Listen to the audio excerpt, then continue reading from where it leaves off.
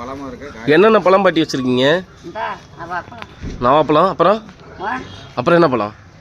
கொய்யாப்பழம் இருக்குது. பிளாப்பழம் 3 இருக்கா?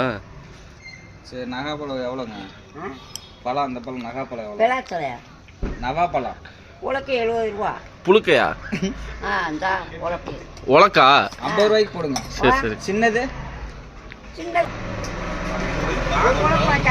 பெரிய உலக்கில் மொத ஜிபே இருக்குங்களா?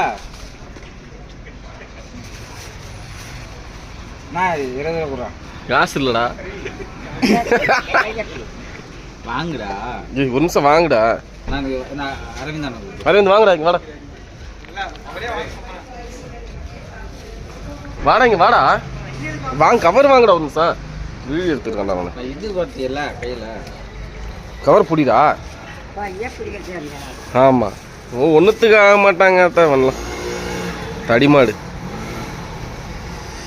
எத்தனை வருஷமா அத்தா நீங்கள் இந்த வேலை பார்க்குறீங்க?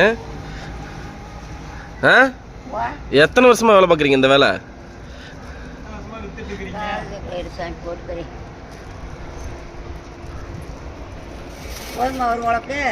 போதும்.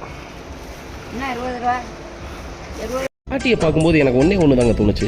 இந்த பாட்டி எப்படி இந்த வயசுலேயும் இந்த சுறுசுறுப்பும் இந்த தைரியமும் இந்த தன்னம்பிக்கையோடு இந்த வியாபாரத்தை பார்த்துட்ருக்காங்க அப்படின்னு தெரியல. எனக்கு தெரிஞ்சு இந்த பாட்டி ஒரு 50 அல்லது 40 வருஷம் அந்த வியாபாரம் பார்த்துட்ருக்க மாதிரி தெரியுதுங்க.